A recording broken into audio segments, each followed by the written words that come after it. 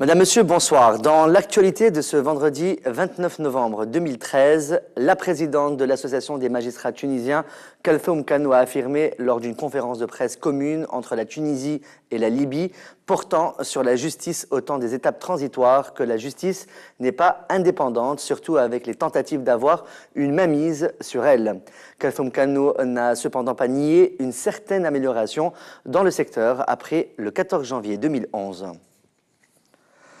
Le ministre de l'Agriculture, Mohamed Ben Salem, a attesté lors de la signature d'un mandat de coopération avec son homologue libyen, Salah Mahjoub, la détermination des politiciens des deux pays à développer des relations de coopération, surtout dans le secteur agricole. Ben Salem a ajouté qu'il y a eu également une coopération tuniso-algérienne dans le cadre du 5+5 tenu récemment à la capitale algérienne, spécialement dans le domaine vétérinaire et la résolution du problème du manque de graines dont souffre la Tunisie. Dans l'actualité du monde, selon un communiqué disponible sur le site de la présidence ukrainienne, le président ukrainien Viktor Yanukovych a indiqué vendredi à Kiev qu'il avait besoin d'une aide économique et financière de l'Union européenne avant de pouvoir signer un accord d'association avec l'Union. Il n'y a pas eu de miracle à Vilnius. L'Ukraine n'a pas signé l'accord avec l'Union européenne. Le président Viktor Yanukovych a expliqué hier soir lors du dîner au sommet les difficultés économiques de son pays, notamment la dépendance énergétique vis-à-vis de Moscou et donc son rejet de cet accord d'association et de libre-échange avec les 28. Ce matin, la chef de la diplomatie européenne, Catherine Ashton, a néanmoins tenu un discours d'optimisme. Nous voulons des relations fortes avec l'Ukraine. Nous croyons particulièrement aux sujets économiques. Il y a beaucoup à faire ensemble dans l'intérêt du peuple ukrainien et de l'Union européenne. C'est bien sûr à l'Ukraine de choisir ce qu'elle veut faire et nous avons eu de bonnes et importantes discussions avec le président Yanukovych ici et je dirais que la porte de l'Union européenne reste ouverte. En parallèle, et comme prévu, l'Union européenne s'est entendue sur des accords d'association avec d'autres pays de l'ancien bloc soviétique, à savoir la Géorgie et la Moldavie. Reste que la présidente lituanienne, Dalia Grybauskaité, n'a pas caché sa déception. Aujourd'hui, les dirigeants ukrainiens ont choisi un chemin qui ne mène nulle part, a-t-elle commenté.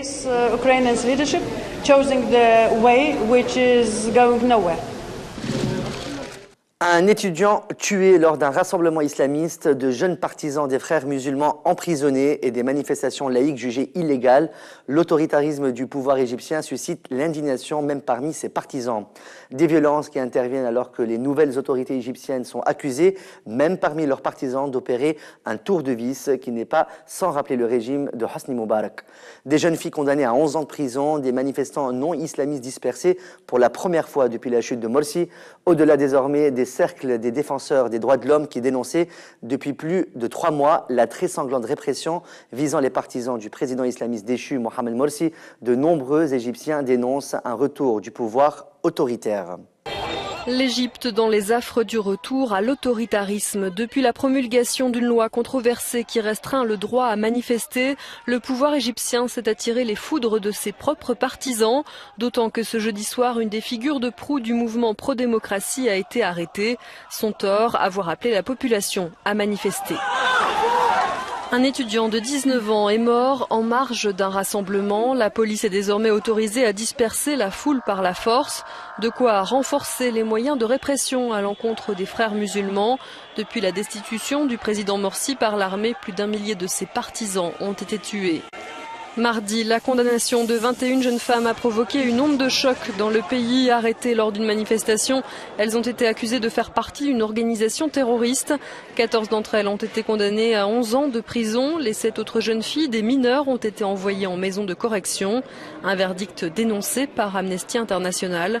De quoi rappeler aux Égyptiens les heures les plus sombres du régime Moubarak.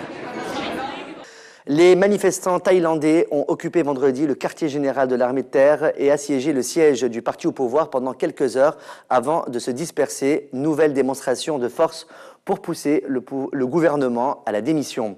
La mobilisation dure depuis 1 mois contre la chef du gouvernement, Yingluck Shinawatra, et son frère Thaksin, ancien Premier ministre renversé par un coup d'État en 2006, qui reste au cœur de la politique du royaume malgré son exil. Depuis des semaines, le mouvement ne fléchit pas. Les manifestants réclament le départ du gouvernement thaïlandais. Ce vendredi matin, plus de 1000 opposants ont occupé temporairement le quartier général de l'armée de terre. Ils veulent savoir quel camp choisit l'armée, le peuple ou le pouvoir. Un pouvoir incarné par Yingluck Shinawatra et son frère Thaksin, ancien Premier ministre renversé par un coup d'État en 2006 et qui reste au cœur de la politique du royaume malgré son exil. Les manifestants sont descendus dans les rues de Bangkok lorsque le parti de Yingluck a tenté de faire passer un projet de loi d'amnistie qui aurait blanchi Thaksin Shinawatra de sa condamnation pour corruption en 2008. Malgré le rejet du texte au Sénat, les manifestants ne décolèrent pas. Ils exigent le départ de la chef du gouvernement, Yingluck Shinawatra, qu'ils considèrent comme la marionnette de Thaksin.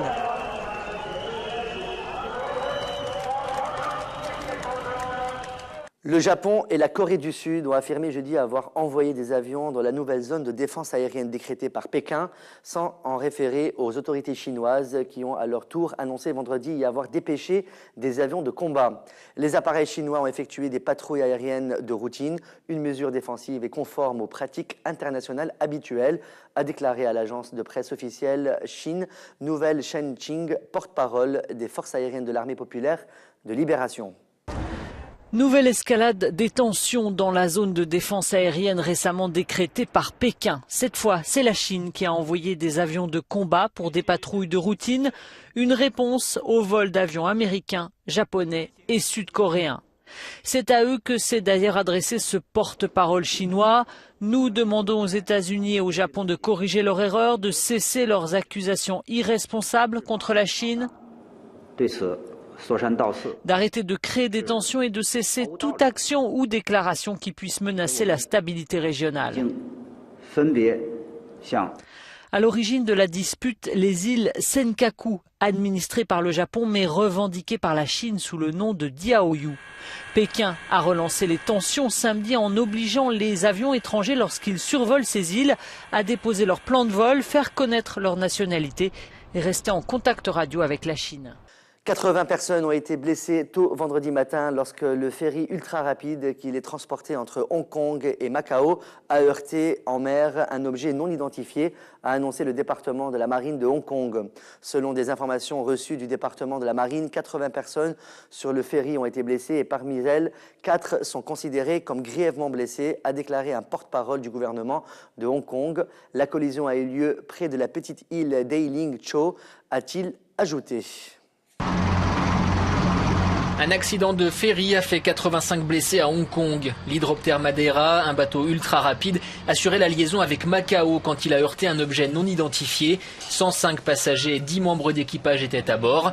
La plupart des personnes touchées n'avaient vraisemblablement pas attaché leur ceinture de sécurité et ont été projetées hors de leur siège lors du choc. 3 des blessés le sont grièvement. Le ferry a pu rejoindre l'un des terminaux du port de Hong Kong, l'un des principaux de la planète.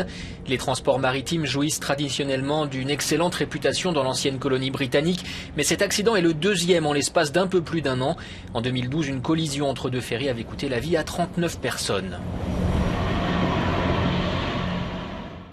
Au moins 8 personnes ont été tuées et près de 200 blessés jeudi dans un séisme de magnitude 5,7 sur l'échelle de Richter, près de la centrale nucléaire de Bushehr, qui n'a pas été touchée selon un bilan provisoire des autorités iraniennes.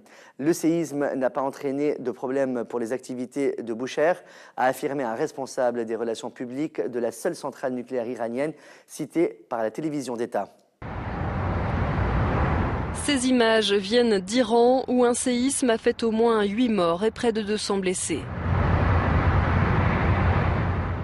Et comme désormais à chaque fin de journal, on vous propose un film à voir, ça sera aujourd'hui Le 5e pouvoir, pas encore sorti dans les salles, et en voici la bande-annonce.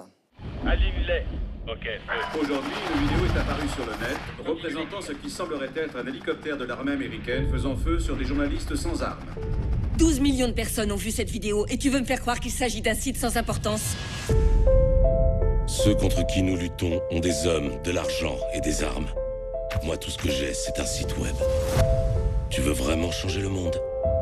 Ça exige des sacrifices. Cette banque abrite des milliards de dollars sur des comptes offshore. On va épingler ces enfoirés. L'ancien PDG de la plus importante banque islandaise a été accusé de fraude. On a réussi à faire tomber cette banque? Oui. C'est un truc de fou. Le courage est contagieux.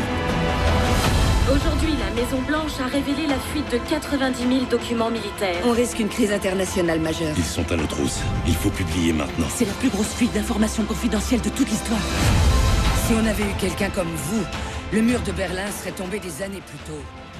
La sortie internationale de ce film est prévue pour le 4 décembre 2013, Le Cinquième Pouvoir, un film américain réalisé par Benedict Cumberbatch et Daniel Brühl.